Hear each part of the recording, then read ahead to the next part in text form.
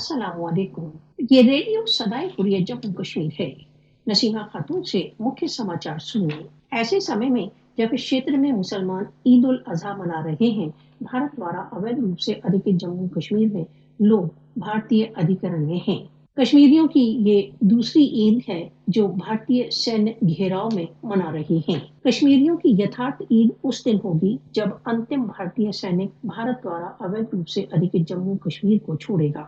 जम्मू कश्मीर का निरंतर अवैध अधिकरण केवल कश्मीरियों के दुखों में वृद्धि कर रहा है। 5 अगस्त 2019 के पश्चात से कश्मीरियों की यातनाओं में कई गुना वृद्धि हो गई है।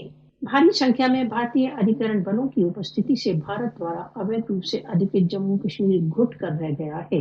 भारतीय सशस्त्र बलों ने भारत द्वारा अवैध रूप से अधिकृत जम्मू कश्मीर में आतंक ढाया हुआ है। अवैध हत्याएं तथा गिरफ्तारियां भारत द्वारा अवैध रूप से अधिकृत जम्मू कश्मीर की दिनचर्या का भाग बन चुका है। टॉर्चर, आतंक तथा नजरबंदियां भारत द्वारा अवैध रूप से अधिकृत जम्मू कश्मीर में प्रतिदिन की घटनाएं हैं। भारत द्वारा अवैध रूप से अधिकृत जम्मू कश्मीर में अत्याचारों के सभी रिकॉर्ड तोड़ दिए हैं।